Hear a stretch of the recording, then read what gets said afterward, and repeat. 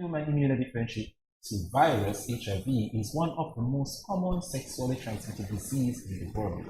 According to the World Health Organization, there are approximately 38.4 million people living with this disease.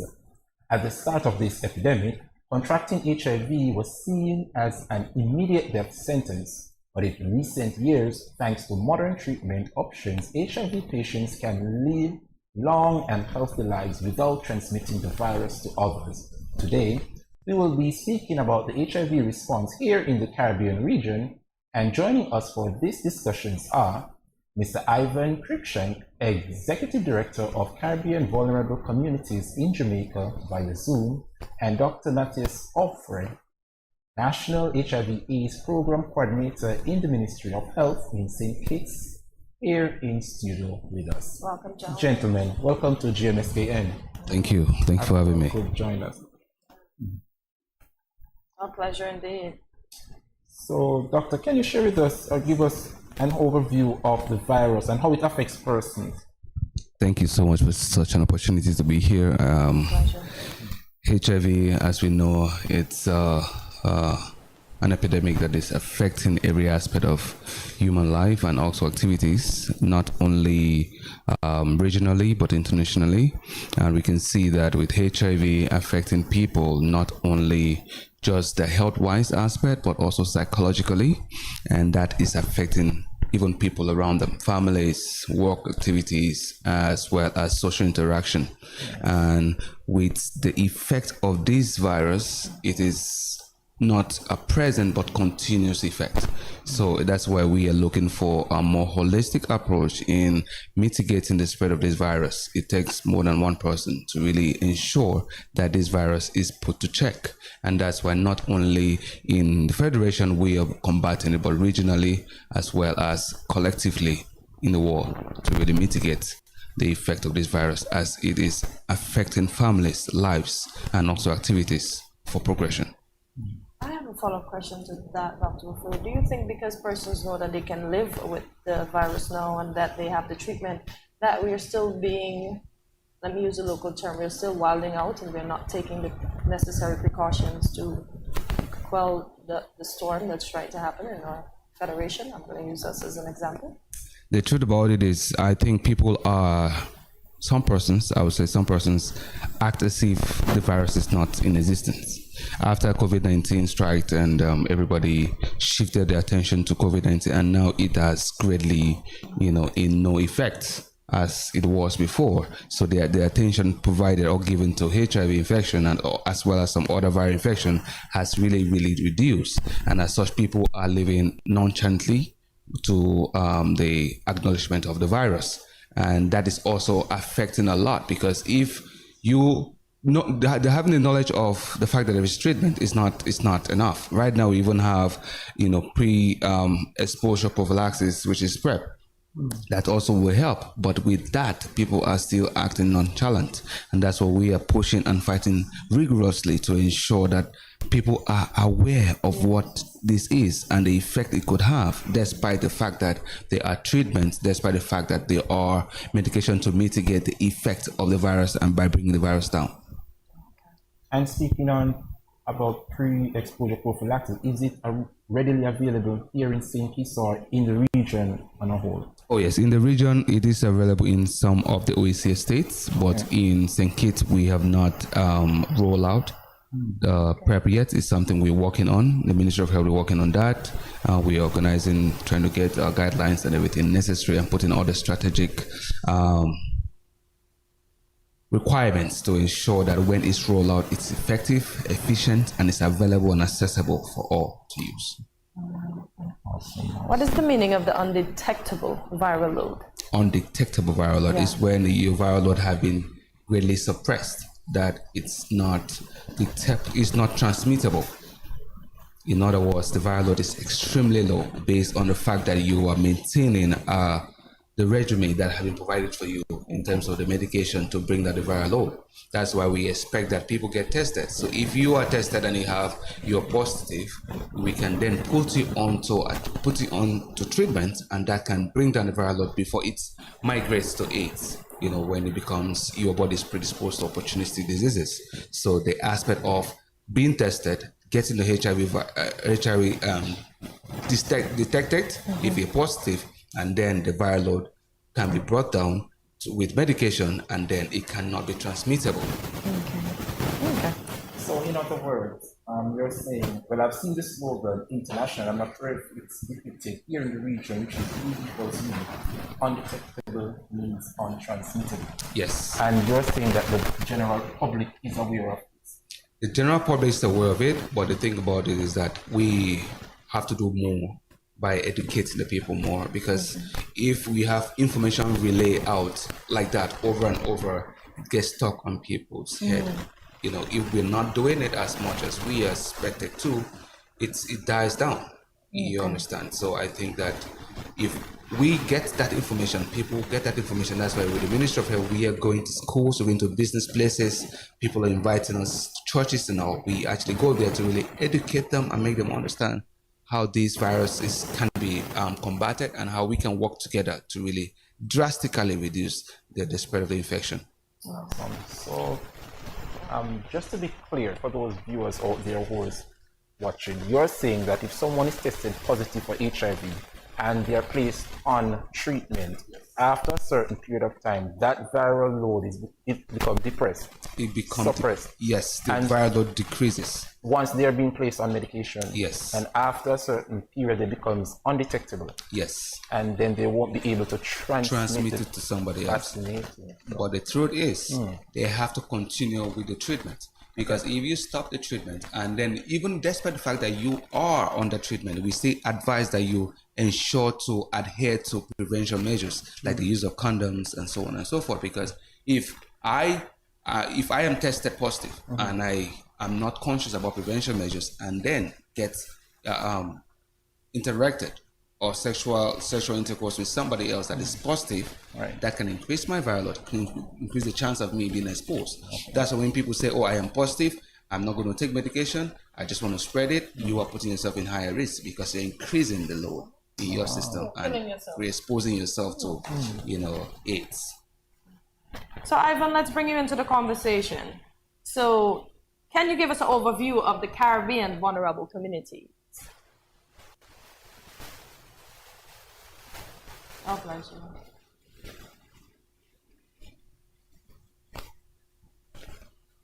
John, the Spanish, French, Dutch, and English-speaking Caribbean, and our primary objective is to work with national AIDS programs to ensure that marginalized communities and communities that are often forgotten in our HIV responses are fully brought on board, and the issues that matter to them are integrated in national HIV programs, particularly issues around human rights and service delivery, specifically tailored for key population groups.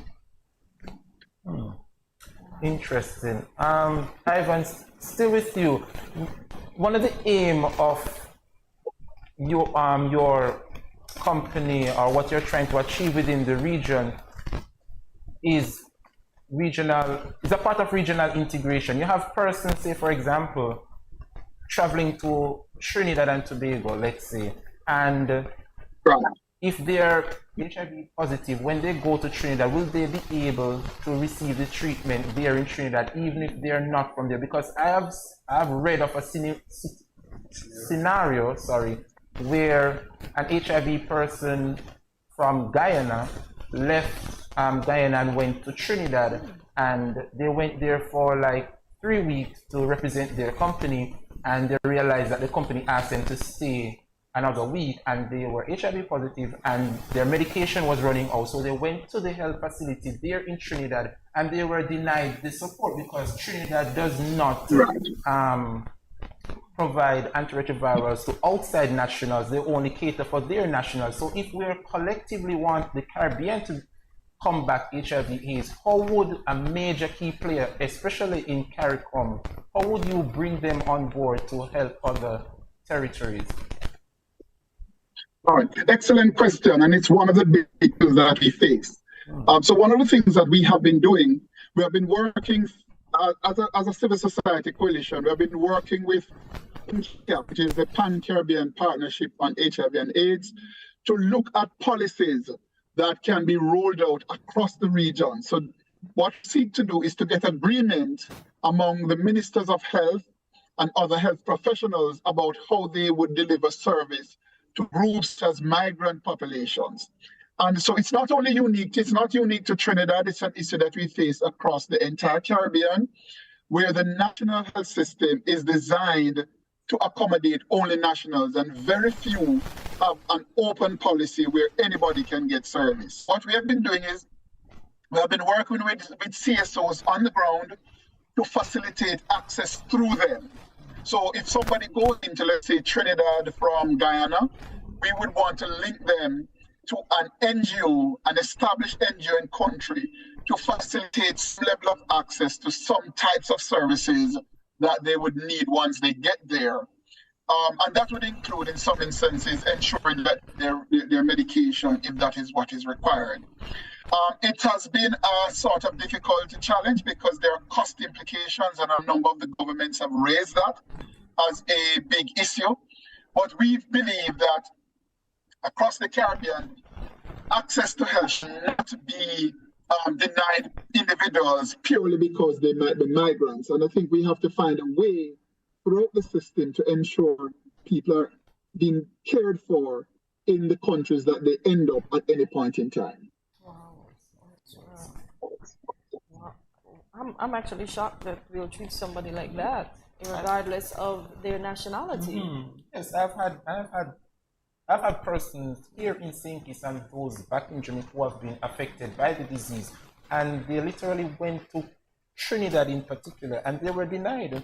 They were denied service because their medication would have run out. They would have, I wouldn't say overstayed their time, but they went to the facility, and because they were not Trinidadians, they said there was nothing they could do for them.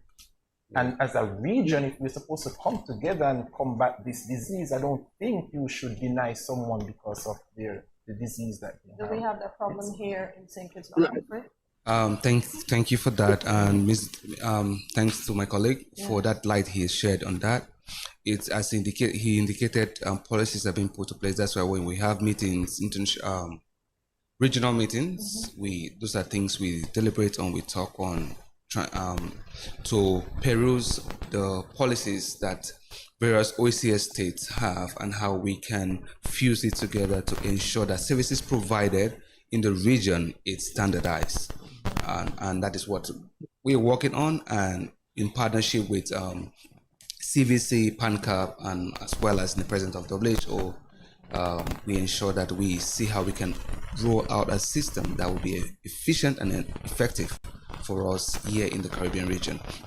For St. Kitts, in light of that question you just indicated and the scenario you just laid out, I want to bring to notice that some of these retroviral medications are being purchased by each individual countries, although we have support from all other organizations, but depends on the population of that country and also the resources they have injected into the program to ensure the availability of this medication. We are really privileged enough in the Caribbean region, in most of the OECS states, that we have these medications readily available. You know, in some other bigger countries, you have to pay for everything. The test, you have to pay from the beginning to the end of it. You have to continue paying for it. So some of these countries are not that buoyant or have not injected much funds to ensure availability of those medications. They are just looking at catering for their citizens. However, as Mr. Ivan has indicated, it's something we're working on to ensure we have a standardized system that even if you live here from St. Kitts to Antigua, live here from Antigua to St. Lucia to Trinidad, you can still access care as if you're in your hometown. And that is what we are working on judiciously, and Mr. Ivan, they're working on it to ensure that we achieve that. So in St. Kitts, we don't have that issue. A waiver comes, we ensure that we provide that services available. Because if we don't, and the person deteriorates is still on us because the person is in our country. Yeah. And if the person is if the viral load happens to spike and they are predisposed to being intimate with somebody else, and we're trying to ensure that we are proactive, not reactive. And that is why we are putting all that we can put in terms of the resources, in terms of the manpower to ensure that we mitigate the spread of the virus. And you denying somebody will not really help. So we're working on that really holistically.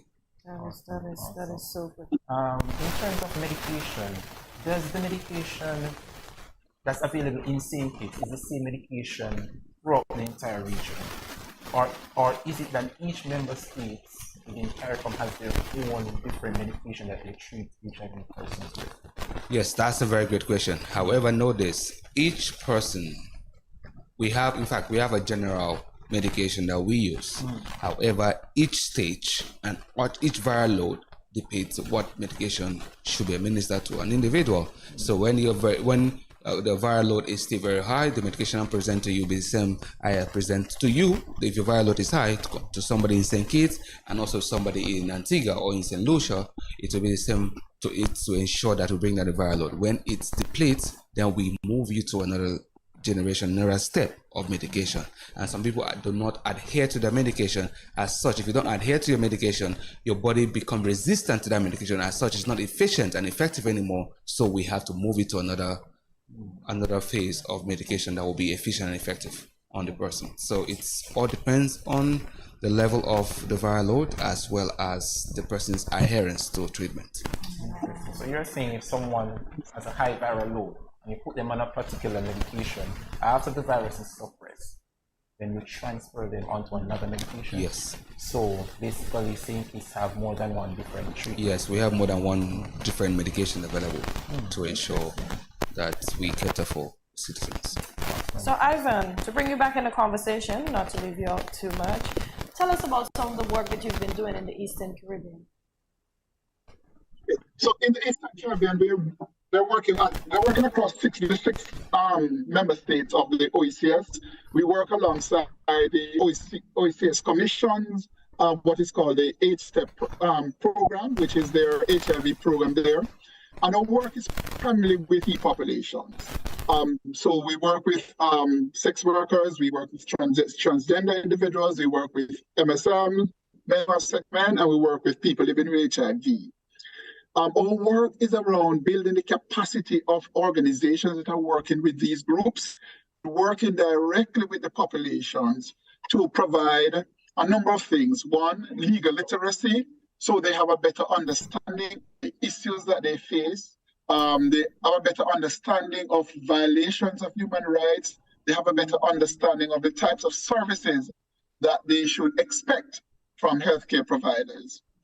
We also do a number of work around prevention. So one of the areas that we are working on now is to build the capacity of CSOs to support the uptake of PrEP and HIV self-testing, which are two innovations in the HIV prevention response that we really think are game changer. And what we're doing is working with these groups to ensure that the communities have access to, have an understanding of the benefits of these innovations, and we also prepare them to access these services at the facilities when they become available. So I think, as Dr. Ofre mentioned earlier on, stkittsnevis right now are working on their protocols for PrEP. And so what we're doing is that we are working with communities to develop an understanding of what PrEP is, how it benefits them, how it can be utilized, and who would qualify for PrEP. Those are some of the things that we work with them on the ground. We also do documentation of rights violations. So if somebody's rights are violated, then we have a mechanism in country that they can report it through, and we have a series of support structures that we have in place, right up to legal challenge, that we have put in place that can support an individual who has had their rights violated. And the other area that we're working on is social enterprise, where we are helping organizations that work with these groups be able to become self-sustaining and to be able to generate their own income so that they can provide services to the communities that they serve. So those are some of the things that we are working on in the OECS, and these are standardized across the board. We also do training of healthcare workers, law enforcement officers, judicial officers, and we are going to be rolling out shortly a program to do work with faith-based leaders. So those are some of the things that we do across the OECS countries. Okay, and Ivan, since you're in Jamaica, is the medication readily available in Jamaica? Because I was reading an article where someone who was positive in Jamaica said that instead of getting a bottle of treatment, when he went to the facility, they actually open a bottle and give him like 14 to last him for 2 weeks. Now, if these persons are supposed to take these medication every day, why are they limited to the medication? Right. So I want to just respond quickly to something you had asked Dr. Ofre earlier on about whether the medication are generalized across the board. There's a standard list of medication that WHO has defined as approved for use for people living with HIV. So yes, there are some that are what they call they are better medication because they have less side effect, and so they're pushing for the standardization of use across all countries of those particular medications. So that's the first question. Responding directly to what you just asked, the medication is widely available in Jamaica, and across all of the regimens. We do have supplies for all of the regimens. The basic regimen is widely available, and you can get up to 6 months of medication depending on your viral level and your doctor's determination of the need for you to visit him every month. If you don't need to visit your doctor every month, the doctor will give you a prescription for up to a year, and the pharmacy can give you up to 6 months, provided they have sufficient stock in-house. I know, for example, during the COVID period, we did have a shortage of medication that was due to delays with logistics and extra arising from COVID. But we've resolved that issue now.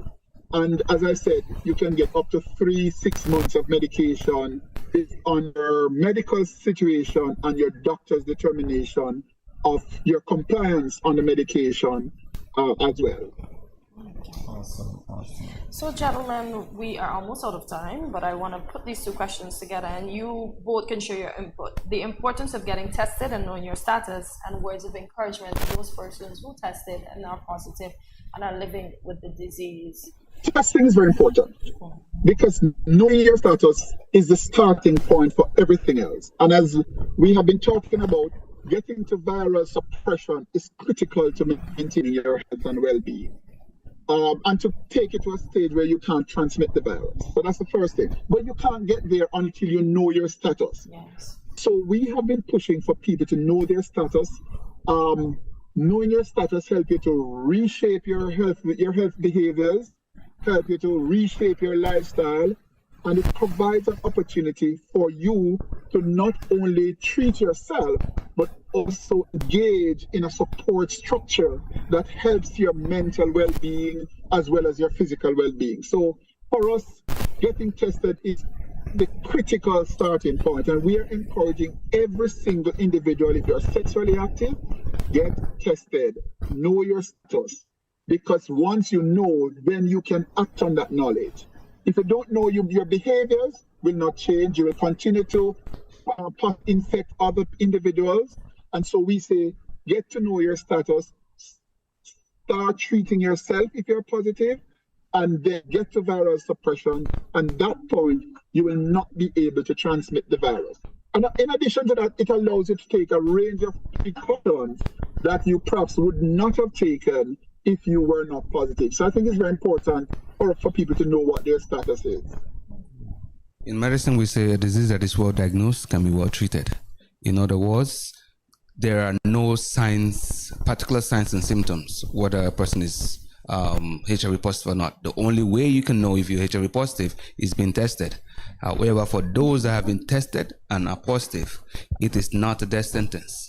We have treatments to bring down the viral load. There are people that are living healthier lives, even those that are not positive, because they are maintaining a lifestyle that is ideal to health, good health. So it's not a big deal. In other words, that it is important that you know that you have backing, and there are people that are there to support you and be with you all through the way. All right, so get tested, get informed about your health, and take your health as top priority, because it all depends on you, and we are here to really assist you.